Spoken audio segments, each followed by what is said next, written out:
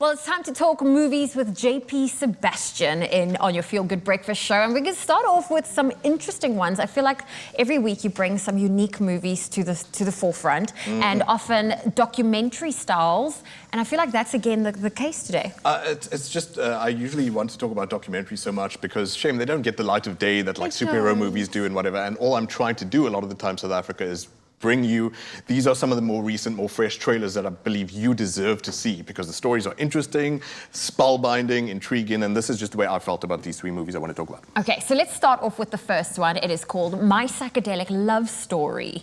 So you can tell already that there's going to be all sorts of twists, and yes, it is messed up, it is a trip.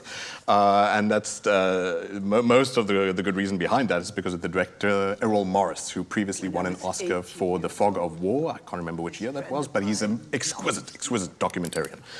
This, he unpacks with a lady named Joanna Hogwarts-Smith, the story of Tim Leary. Now, Tim Leary was the guru, the evangelist of the LSD movement in the United States, hippiedom and counterculture and all that kind of stuff. He was a Harvard psychology professor, and he was interested in the applications of acid, the drug, to curing people with psychiatric disorders and stuff like that.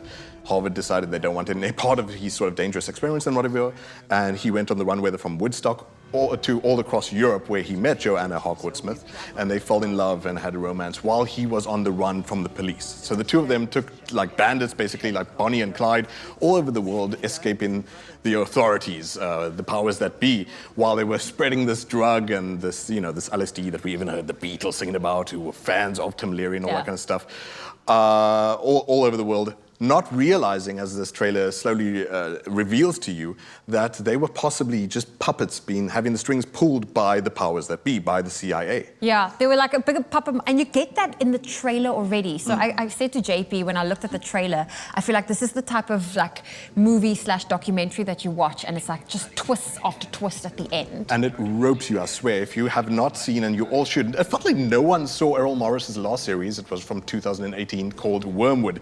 You need to see it. I know it's on your list that I've given you, like of like 50 things that I've told you to watch already, but Zoe's lazy. Not lazy, my concentration span is short. She gets all sorts of recommendations from millions of people, no doubt.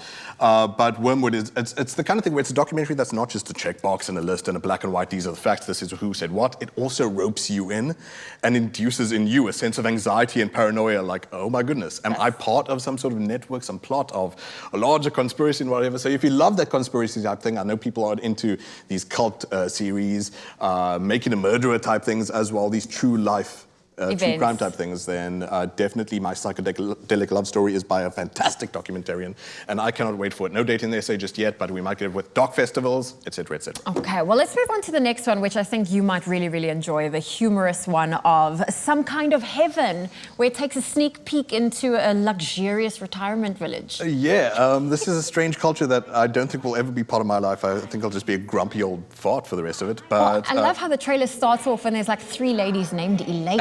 There's an Elaine club in this retirement village, and they're all quite pleased to be in each other's company. It's very lush, and from these shots you can, it looks really beautifully lensed. Everything looks postcard perfect, but there's always something just under the surface. Speaking of conspiracies, speaking of like twists in between and all that kind of stuff, just working behind the scenes. So one of the retirees says she immediately, with all this fanfare, and especially in the culture that we're in, this kind of documentary is important, of you must enjoy yourself, go do the Pilates, go do the synchronized swimming, go do the esoteric martial arts and whatever, that there's still a discontent. And it's pretty crazy that after all those years on Earth, you think that you would have resolved a lot of things. No, the social pressures persist. All the designs of you have to be happy and part of the club persist. And so the documentary, while being humorous at times, look at this beautiful shot. A man doing, like I said, some strange esoteric martial art against a thunderstorm. Amazing how they achieve some of these things. While it plays out pretty humorously, you know that there's something working against them, possibly underneath the surface. True story, by the way, documentary, so yeah. Interesting. My dad always has this theory, the more the world changes, the more it stays the same. And I feel it's so applicable to this. Like, as they get older and age, their youthfulness just comes throughout this trailer. A restlessness, almost. Yes. There's one guy who's nabbed for possession of cocaine, and he's like Opa age. And he wants to be a rock star until the last day.